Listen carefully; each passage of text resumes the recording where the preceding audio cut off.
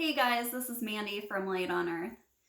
So last night I had an insight in a dream, and the tricky thing about getting insights in dreams is that you don't just have something you understand, but you truly feel the understanding within yourself.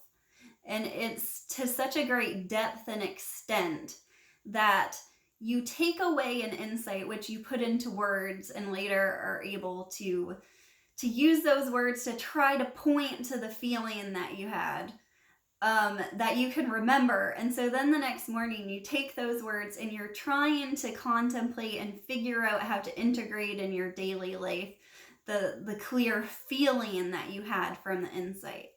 So the insight I had was that synchronicity equals chaos. And to me, synchronicity is like love letters from the universe telling you that you're exactly where you're meant to be, that there's greater intelligence, that somebody's watching you and somebody loves you enough to leave you gifts along the way to tell you and reassure you that you're on track. And chaos is the harder thing to understand and integrate, which is death itself, which is destruction, the cycles of life and death. And I feel that nature is the best teacher of chaos. It's hard for us to understand how the destruction of things we love and our own deaths and death of those that we love and just this random seeming misfortunes that happen to us can be from a loving God, from a loving universe, can be okay. It's hard for us, and every religion is trying to make us okay with death and okay with that feeling and at peace with the misfortunes of life. And so it's easy to see in nature that, every fall, it's a death that the trees lose their leaves, and those leaves decay and become nutrients, and the tree recycles those nutrients. That's chaos. Looking up into the night sky and seeing the stars scattered in the universe, that's not order, that's chaos. And it's beautiful. And so nature can show us that chaos is beautiful. If we can see from a perspective outside ourselves, it's the chaos and misfortune in our own lives that are hard to understand. And nature and stories can be our greatest teacher.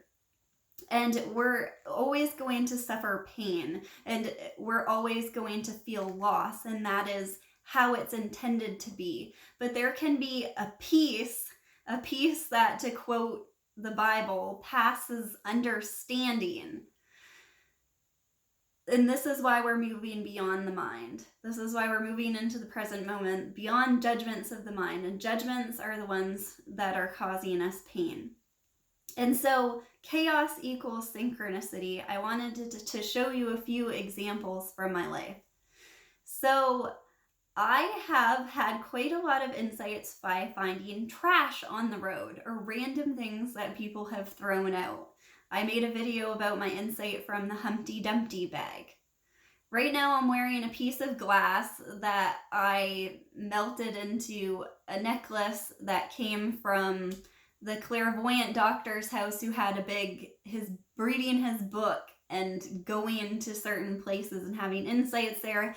And my faith and love for his story really unlocked something in myself and was a catalyst for my own spiritual evolution. And so this is a piece of melted glass from a window when his house burned down in a strange fire almost 100 years ago. And so you can see that beauty can come out of chaos, that we can reclaim little bits of things, that there's, like going back to my other video, the insight that nothing is ever wasted. I found this red marble at the river a little while ago, and I can tell that it's around 100 years old, especially since the place where it was found was really well populated at that time and isn't any longer. And so it's normal to find broken glass bottles because it was close to a dump and the river brings up things, but I've never found anything like this before. And the color and the shape and everything about it was extremely symbolic. And it was a sign that just like went straight to my heart and just really meant a lot to me at the time. And I think about how upset the little boy back then, when marbles weren't just mass produced in China, back when they were somewhat expensive, how upset he must have been to lose one of these while he was playing. And how did he come to lose it? And that's chaos. But there's it was meant for me to find. There's an intelligence behind everything, designing everything.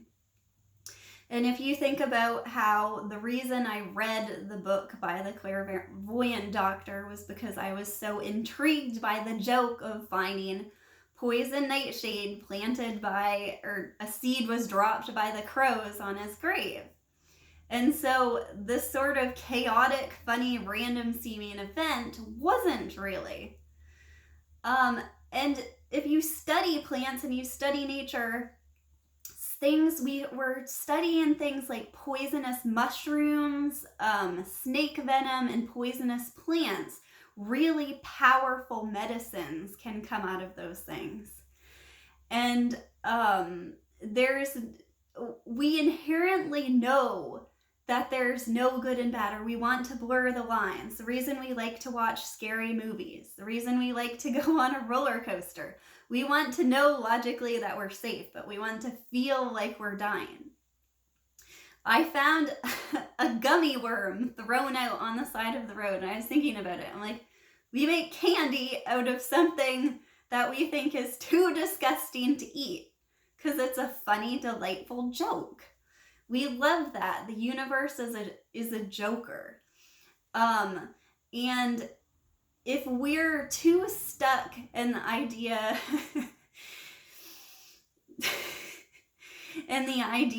that everything is black and white and everything is either for or against us, and in making judgments and everything, we fail to see the true underlying beauty of life. And another really interesting angle to look at this is if you start to study the 4 elements. So water is something that is crucial to life, and yet it can be incredibly destructive, especially with the other elements. And so these things that we thank for our material existence and our material life also have incredible power to destroy.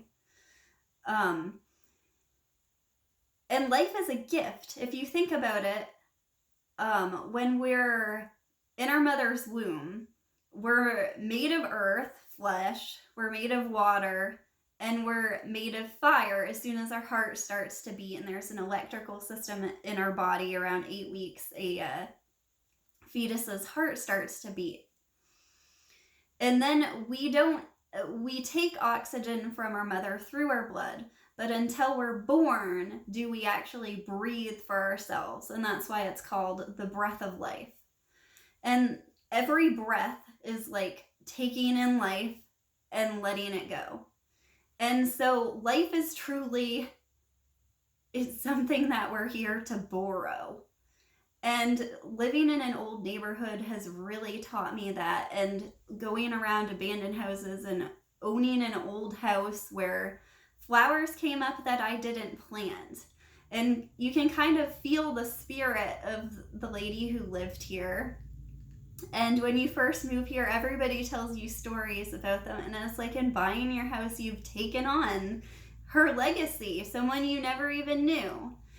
And everything we do makes ripples throughout the fabric of reality. And everything has consequences and actions.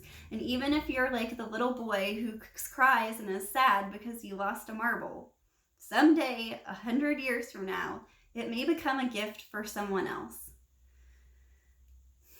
So, synchronicity equals chaos. Contemplate it some more. I'd love to hear your comments or questions. And I also intend to make my video a more in-depth video on synchronicity soon. I love you guys. Thanks for watching. Bye.